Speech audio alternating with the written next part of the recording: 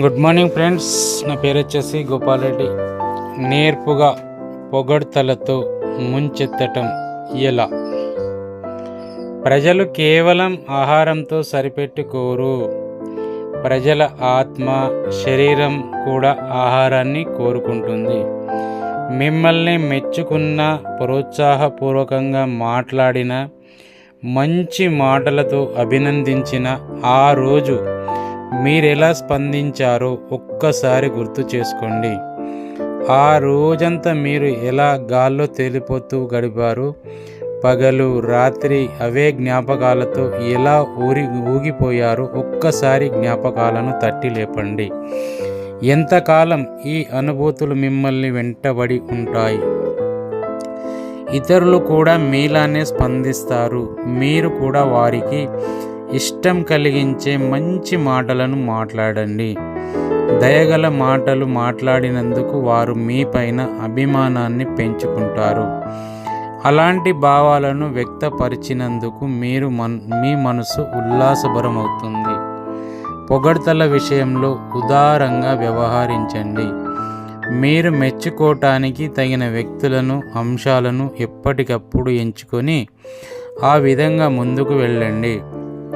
ఒక్క విషయం, మీ పొగడ్తలో నిజాయితీ ఉండాలి. నిజాయితీ లేనప్పుడు అందుకు సిద్ధపడకపోవటమే మంచిది. వ్యక్తులను పొగడటం కాదు, ఆ వ్యక్తి చేసిన పనిని ప్రశంసించండి. ఇలా చేయడం వల్ల వ్యక్తులపైన పక్షపాతం చూపారనే అభిప్రాయానికి తావుండదు. ఇలాంటి తత్తరపాటు, ఆందోళనకు తావు లేకుండా ఆయా చర్యలకు ప్రశంసించవచ్చు. ఇందులో ఉండే నిజాయితీ మంచి ప్రభావం చూపుతుంది. మరిన్ని మంచి పనులకు ప్రోత్సాహం లభిస్తుంది. ఉదాహరణకు, జాన్, ఏడాదిగా నీ పనితీరు అద్భుతంగా ఉంది. జాన్, నువ్వు మంచివాడివి అని పొగడడం కంటే ఇది మంచిది. ఉదాహరణకు 2, మేరీ, వార్షిక నివేదికలను నువ్వు అద్భుతంగా పొందించావు. మేరీ, నువ్వు బాగా కష్టపడతావు అనడం కంటే ఇది నయం. ఉదాహరణ, స్మిత్, మీ ఇంటిలో పచ్చిక బయలు, దాని చుట్టూ ఉన్న ప్రాంతం సుందరంగా ఉంది.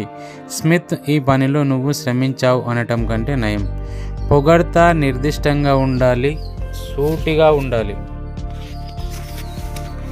సంతోషానికి సూత్రం: ప్రతిరోజు కనీసం 3 వ్యక్తులతోనైనా ఒక మంచి మాట మాట్లాడడం అనేది అలవాటుగా మార్చుకోండి.